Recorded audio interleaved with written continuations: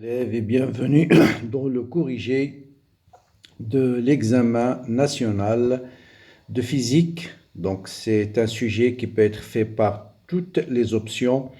Donc, ce sujet, ça concerne l'option sciences maths, mais il peut être fait aussi par sciences physiques et également par SVT. Donc, dans cette première partie, je vais corriger la première partie de la partie chimie.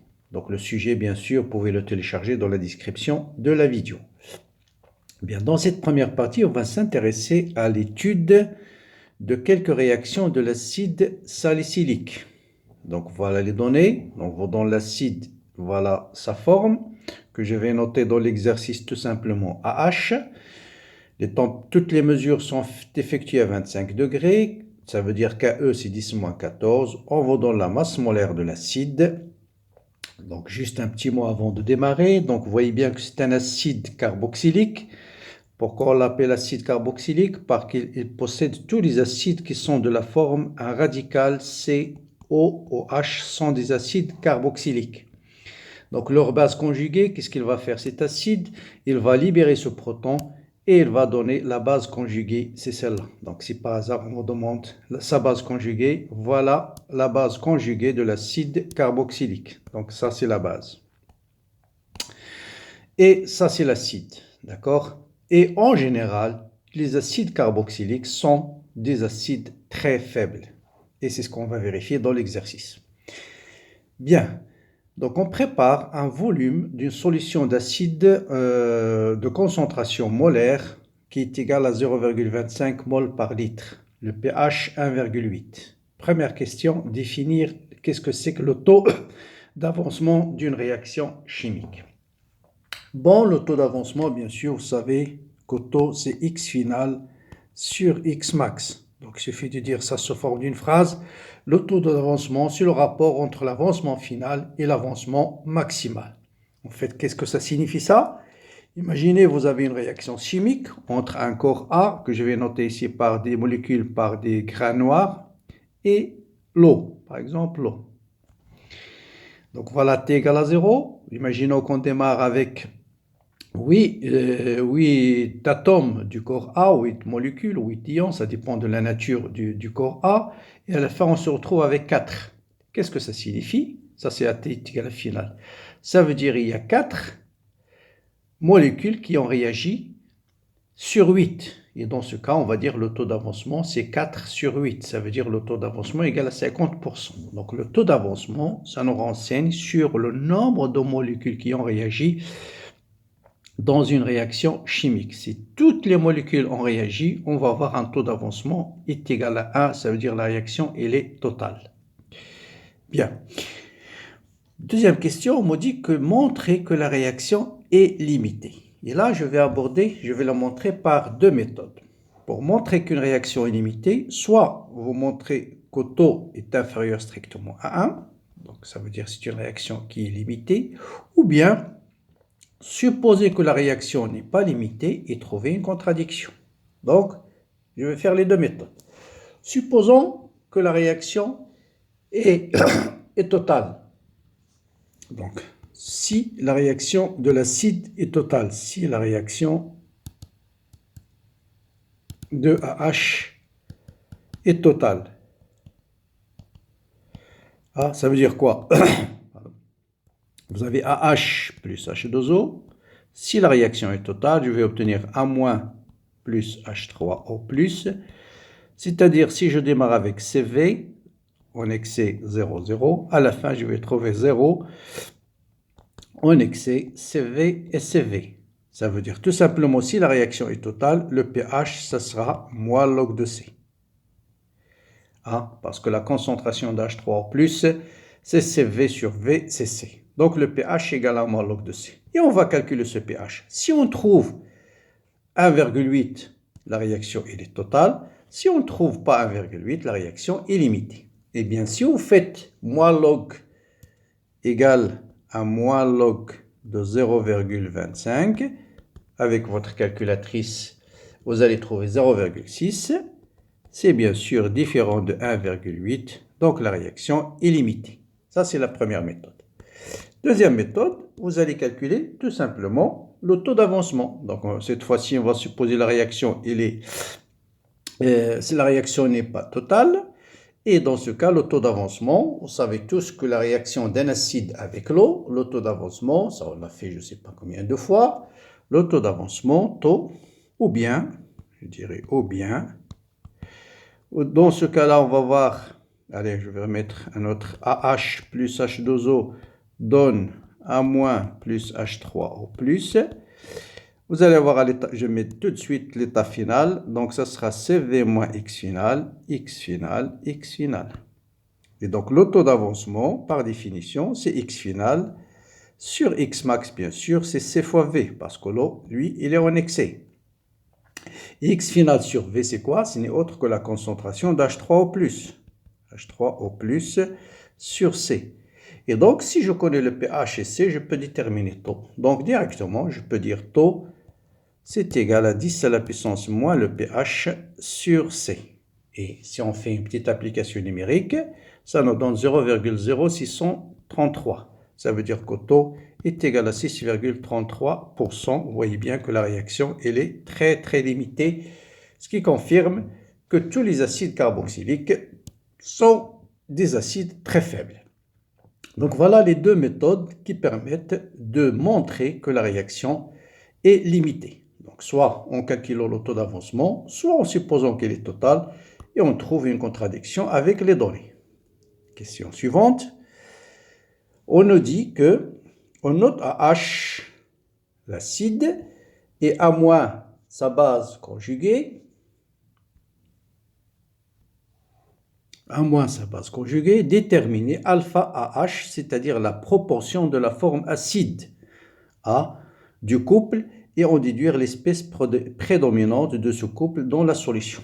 Donc la proportion de la forme acide, autrement dit le pourcentage acide. Je rappelle que la proportion de l'acide, c'est la concentration de l'acide sur la concentration de l'acide plus la concentration de la base. D'accord? Bien. Donc toujours, vous allez démarrer avec, bon, je vais le rappeler, le tableau d'avancement. Donc ça c'est question 1, 2. Proportion de l'acide. Proportion de l'acide. Toujours devant soi notre fameux tableau d'avancement. AH plus H2O donne A- plus H3O+. Bien sûr, je vais écrire juste la composition de mélange à l'état final, CV moins X final, X final, X final. Donc, par définition, la proportion de l'acide, qu'on a dit, c'est la concentration de l'acide qui est CV moins X final sur le volume.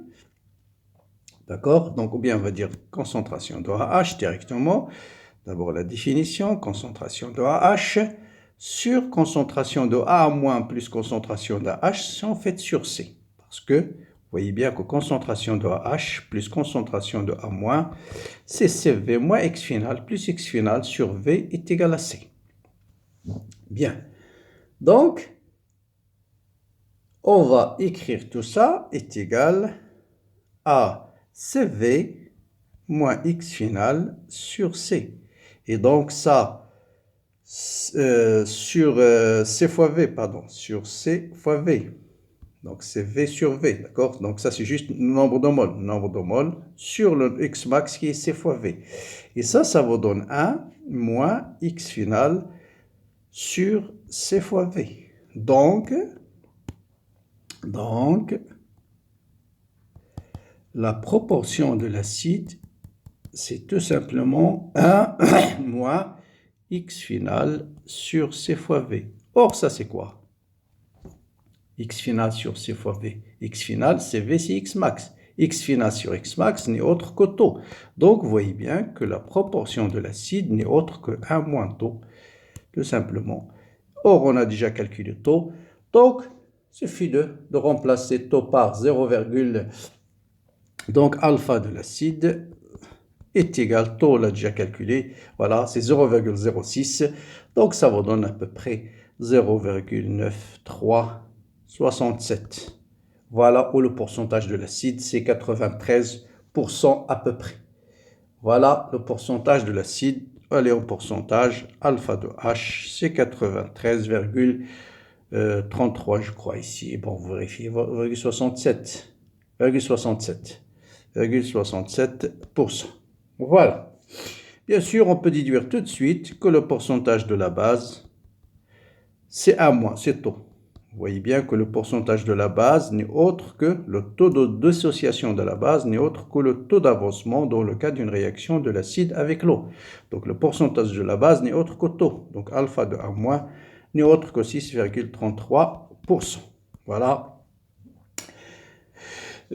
pour cette question. Et bien sûr, question, quelle est l'espèce prédominante? Bien sûr, l'espèce prédominante, c'est l'acide à cette valeur de pH. Et puisque l'acide représente 93%. Bien. Question suivante.